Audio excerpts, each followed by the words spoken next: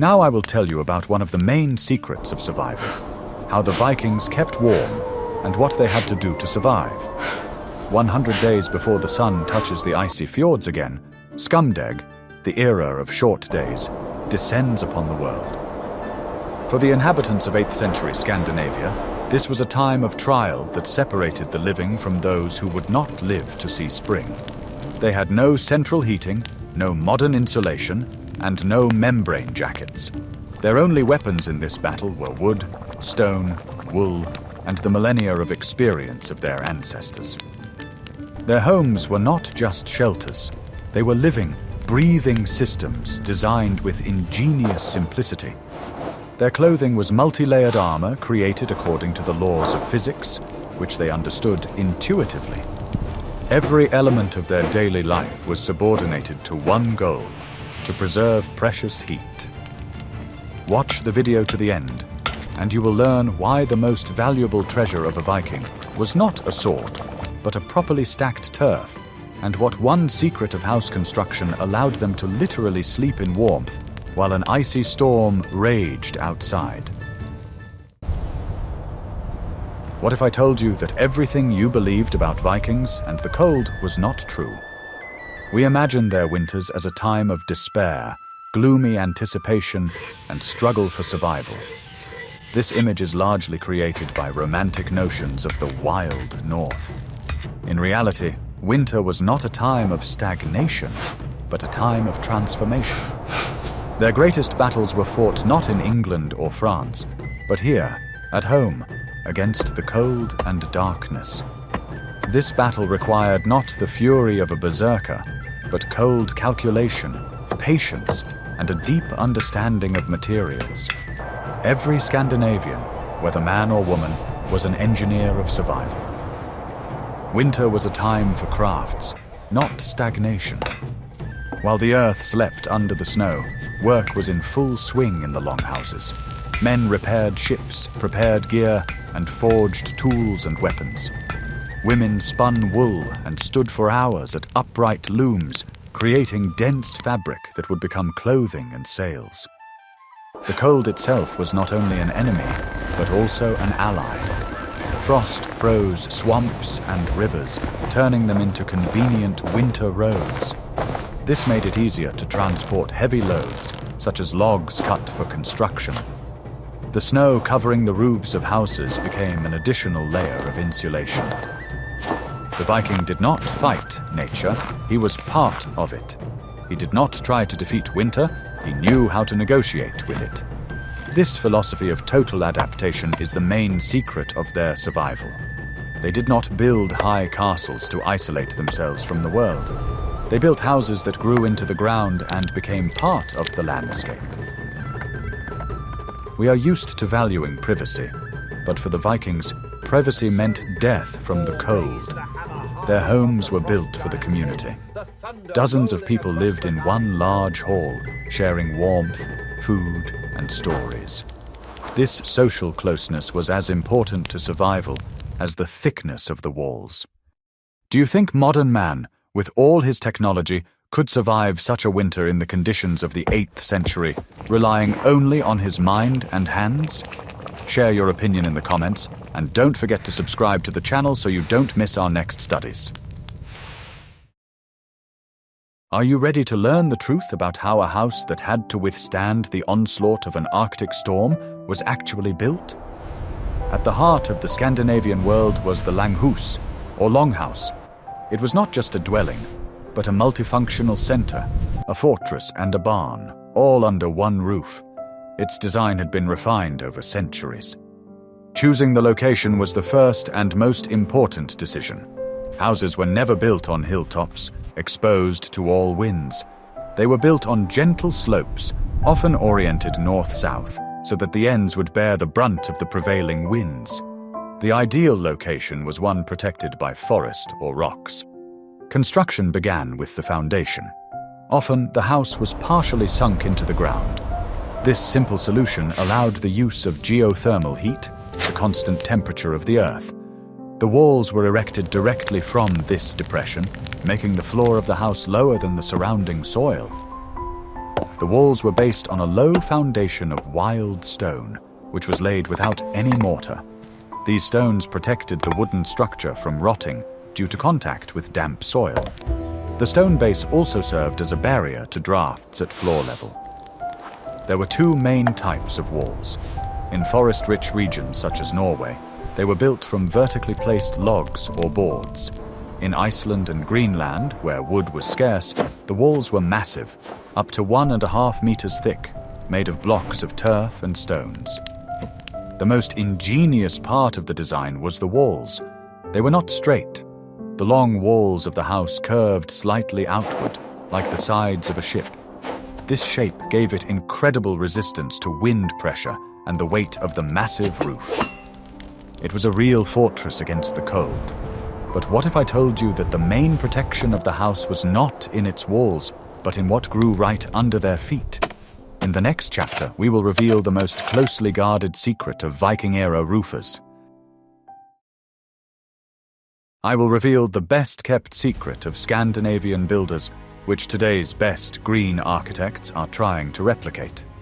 The roof of a longhouse was not just a covering, but a complex, multi-layered engineering system.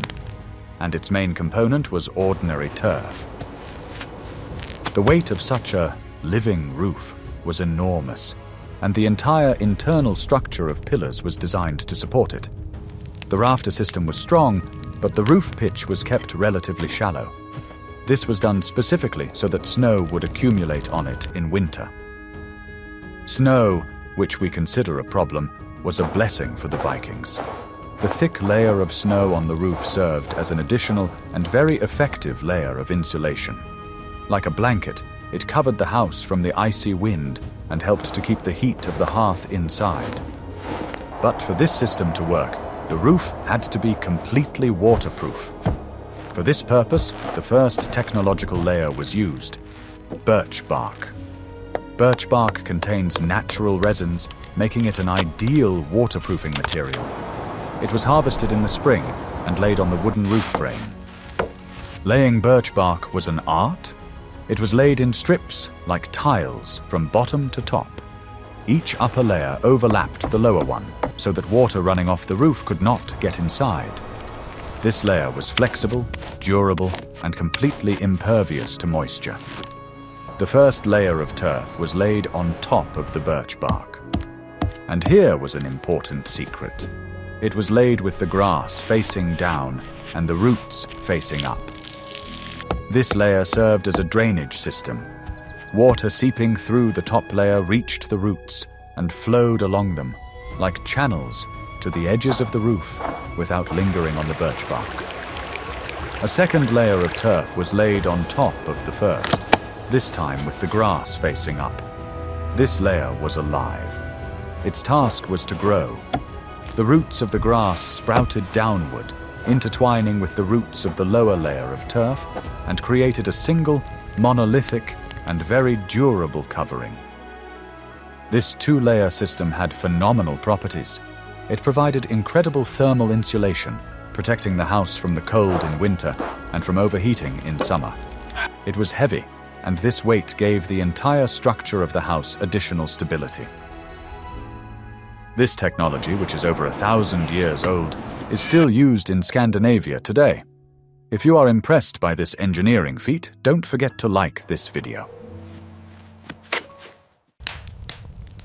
Guess how much time and wood it took to maintain a fire that burned for 100 days without stopping? The center of life in a longhouse was the langeld, or long fire. It was not just a bonfire, but the main engineering hub of the house, responsible for heat, light, and cooking. It was not a round hearth, but a long, elongated stone layout that could stretch for tens of meters across the center of the main hall. This was an ingenious solution. Instead of a single hot spot, it created an extended source of radiant heat that heated the entire space evenly. The long fire was literally the heart of the house. Benches and beds were arranged around it, and people sat and slept facing the fire. The radiant heat from the fire warmed not so much the air as the people and objects, creating a comfort zone in the center of the house. The design of the hearth was simple, but well thought out. It was a shallow trench lined with flat stones around the edges. The stones accumulated heat and slowly released it, even when the flames died down, functioning like a modern heat battery. Maintaining this fire was a sacred duty. It must never go out. At night, the flames were reduced by covering the coals with ash so that they would smolder until morning. In the morning, they were fanned again by adding dry firewood. Fuel was the main concern. In wooded areas, hardwoods were used, which burned for a long time and gave off a lot of heat. In Iceland, where there were almost no forests, peat was used. Peat briquettes produced less flame, but smoldered for a very long time, providing constant, albeit less intense heat. Fire gave life, but it also created the main problem. How could one breathe in a house that was filled with smoke for 100 days? In the next chapter, we will examine the ingenious ventilation system that worked without a single pipe.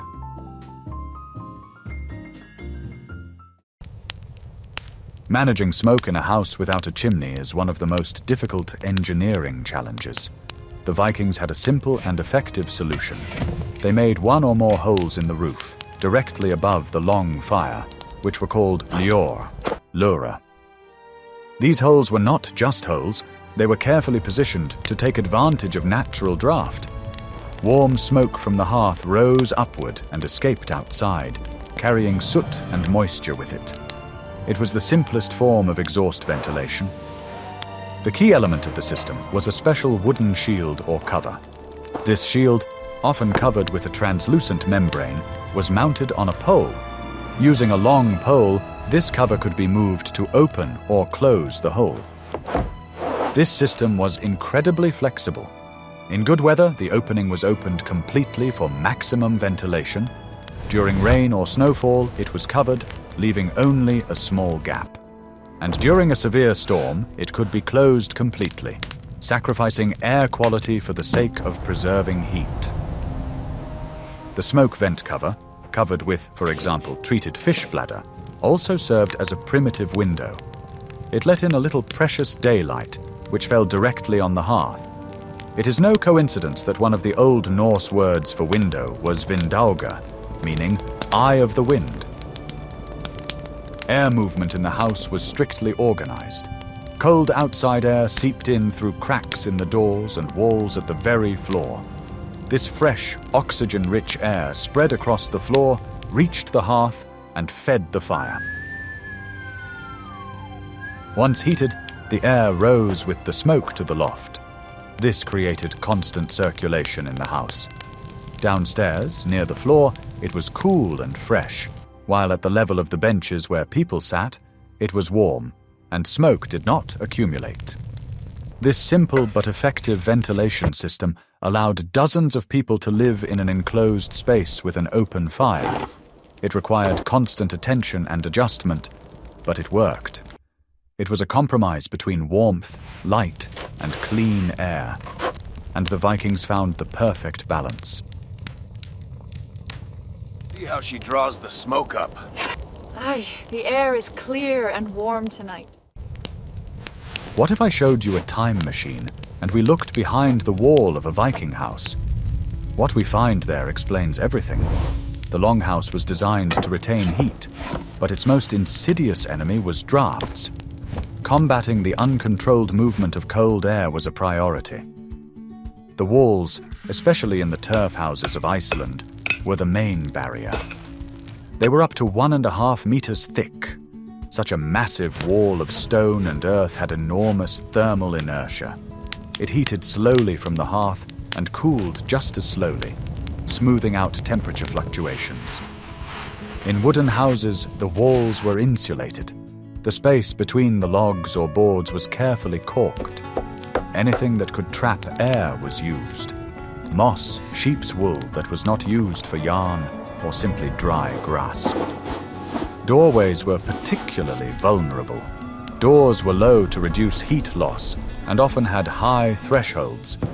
For the winter, doorways could be additionally covered with heavy skins or thick felted fabric, creating a thermal vestibule. The floor in the house was earthen. It was carefully tamped down and sometimes covered with a layer of clay. Such a floor, being below the freezing level, always had a stable positive temperature. This cut off the cold coming from the frozen ground. For extra comfort, the floors were covered with a thick layer of straw or dry fir branches. This layer served as insulation and absorbed moisture. It was changed regularly to keep the living area relatively clean and dry. Benches beds along the walls were also part of the heating system. They were raised above the cold floor. The space underneath them was used to store chests with supplies. These chests created an additional barrier between sleeping people and the cold outer wall. But the main, living insulation in the house was livestock. In most longhouses, one half of the building was set aside for a barn. People and animals spent the winter under one roof, separated only by a light wooden partition. The house was insulated, but people still had to go outside. What kind of clothing allowed a person to work in the icy fog without freezing? In the next chapter, we will examine the secret weapon of the Scandinavian wardrobe. The secret of Viking clothing was not in its thickness, but in the right combination of layers. And the basis of this system was wool. The wool of local sheep breeds had unique properties that made it an ideal material for cold and wet climates. The main property of this wool is its high lanolin content. This is a natural fat that coats each fiber. Lanolin repels water, so Viking woolen clothing did not get soaked through in rain or wet snow, but only became damp on the outside. But even when wet, wool continued to provide warmth. Its fibrous structure traps a lot of air. It is this trapped air, heated by the body, that acts as an insulator. This structure is preserved even when the fibers are wet.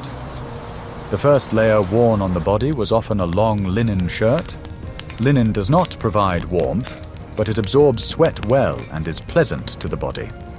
This shirt protected more valuable woolen clothing from dirt and allowed it to be washed less often. A kirtle, a woolen tunic, was worn over the linen shirt. It could have long or short sleeves and reached to the knees. This was the main insulating layer worn by both men and women. Narrow woolen pants, or brekur, were worn on the legs. They fit snugly around the legs so as not to interfere with walking and could be tucked into shoes or wraps. Wool protected the legs from cold and dampness, which was critical for preventing frostbite. The Vikings intuitively understood the principle of layering. Several thin layers of wool keep you much warmer than one thick layer. The air trapped between the layers provided additional insulation. This system was flexible and easily adapted to the weather and level of activity. If the woolen tunic was the first line of defense, the outer layer was the real armor against the elements. The main element of outerwear was the cloak, or skikja. It was not just an accessory, but one of the most important items in a Viking's life. The cloak was a large rectangular or semicircular piece of very dense woolen fabric. This fabric, vadmal, was produced by fulling, making it almost windproof and very water-resistant. It was coarse, heavy, but incredibly warm. The cloak was worn by throwing it over the shoulders and fastening it on one shoulder, usually the right. A large and sturdy clasp called a fibula was used for this purpose. This fastening left the right hand free for work, or if necessary, for weapons. The functionality of the cloak was remarkable. During the day, it protected against wind, rain, and snow. One could wrap oneself in it, creating a cocoon of warm air around oneself. At night, it served as a blanket. In an emergency, it could be used as part of a temporary shelter. For extra warmth, especially for wealthy people, cloaks could be lined. Fur was often used for this purpose. Fur with the pile facing the body created an unmatched air layer that retained heat perfectly. Of course, fur was an expensive material and a status symbol. The fur of wild animals hunted for sport was used. Such clothing was not only warm, but also a demonstration of the wealth and good fortune of its owner. Leather shoes were worn on the feet. These were low boots or boots of a simple turn shoe design. They were sewn from a single piece of leather with the fur on the outside, and then turned inside out so that the seams remained on the inside. This three-layer system, linen for hygiene, wool for insulation, and thick fabric or fur for wind protection, was the pinnacle of technology at the time. It allowed people not only to survive, but also to be active in the cold. Staying warm is not only passive protection, but also active energy generation. No clothing and no house can warm a person if their inner furnace is not working. The main fuel for this furnace was food. The Vikings' winter diet was based on high-calorie, fatty, and protein-rich foods. In summer and fall, all efforts were focused on preparing and preserving this food. Survival in winter depended directly on how full the pantries were. Meat and fish formed the basis of the diet. They were salted, dried, smoked, and fermented. These preservation methods allowed supplies to be stored for many months. Fatty fish such as herring and salmon were particularly valuable because of their high-calorie content. Dairy products also played a huge role. Milk was used to make cottage cheese, and skyr, a product similar to thick yogurt that could be stored for a very long time. Butter and animal fat were consumed in large quantities, adding them to porridge and soups. Every day, hot food was cooked in a cauldron over the hearth. Most often, it was thick porridge made from barley or oats, cooked in water or milk. Meat, vegetables, fat, whatever was available, was added to it. Hot food warmed people from the inside and gave the body energy to fight the cold. Drinks were also an important part of the diet. They mainly drank ale, a low-alcohol beer drink that was nutritious and safer than water from many sources. In winter, ale or mead could be drunk warm, with herbs added. The second factor contributing to internal heating was constant activity. Winter in a longhouse was not a time for lazy hibernation. The house hummed with activity. Physical activity got the blood flowing and caused the body to generate heat. Women were busy with textile production. They carded wool, spun thread, and wove. Working on a large vertical loom required constant movement. It was hard physical labor. They also prepared food, mended clothes, and tended the hearth. Men were engaged in crafts. They repaired fishing nets, twisted ropes, carved wooden utensils, tool handles, and intricate decorative elements. Blacksmiths worked in their workshops, and the heat of the forge was their personal hearth. This constant, measured activity was a form of collective meditation. It not only produced the necessities of life, but also maintained physical and moral health. Idleness in such conditions was tantamount to slowly freezing to death. Survival in the Skamdeg, in the era of short days, was not only a physical, but also a psychological test.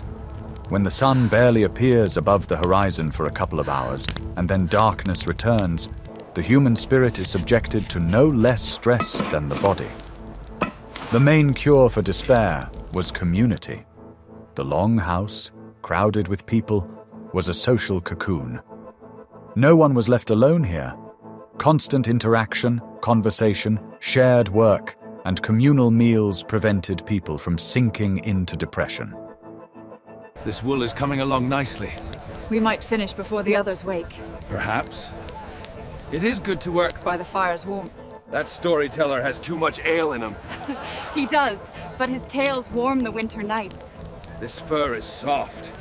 The noise and crowding that would seem unbearable to us were the key to psychological stability. In the darkness, lit only by the flames of the hearth, the voices of relatives and neighbors were the best comfort. They confirmed that the world was still there, and life went on. Winter was a time for stories. When hands were busy with crafts, minds were free. It was the perfect time for skalds, poets, and storytellers. They recited long sagas about gods, heroes, and the exploits of ancestors, passing on the history and values of the clan from mouth to mouth. These stories were not just entertainment. They were a way to structure time, to fill the long, dark hours with meaning. They taught courage, cunning, and resilience, reminding listeners that their ancestors had faced similar and even harsher trials. The longships cut the waves, though the storm sought to claim them. It was by courage and the strength of Thor that they reached the shore. Light played a key role. The long fire was not only a source of heat, but also the only source of light. The psychological attachment to the hearth was absolute. Sitting in a circle of light, seeing the faces of loved ones, was the main ritual that protected against the fear of the darkness outside. For additional lighting, simple oil lamps were used. Bowls made of soft stone with a wick dipped in fish oil.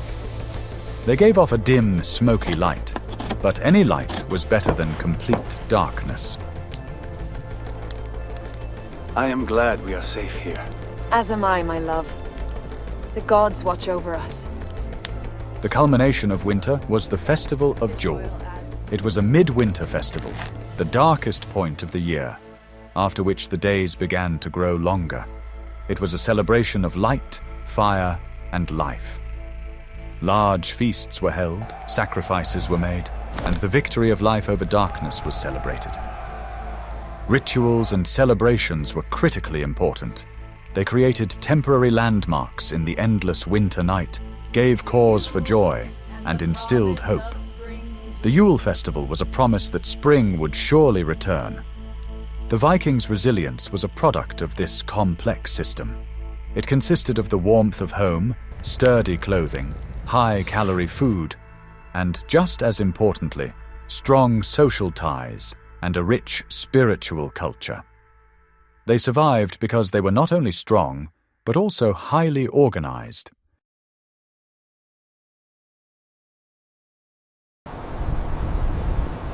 We can see that the secret of the Vikings was not a single trick, but a comprehensive, well-thought-out system. It was a total approach to survival, where every element of daily life was part of an overall strategy. Their home was not just a box, but a semi-underground fortress with a living, breathing roof.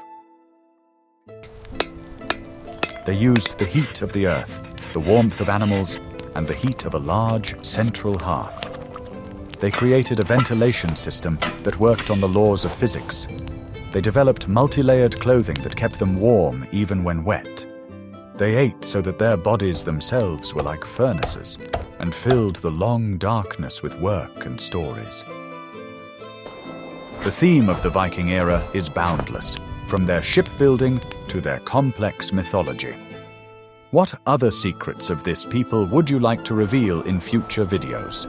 Suggest your topics in the comments, and don't forget to subscribe to our channel so we can continue this journey through time together. And so the Allfather, Odin, rode his mighty Sleipnir across the Bifrost.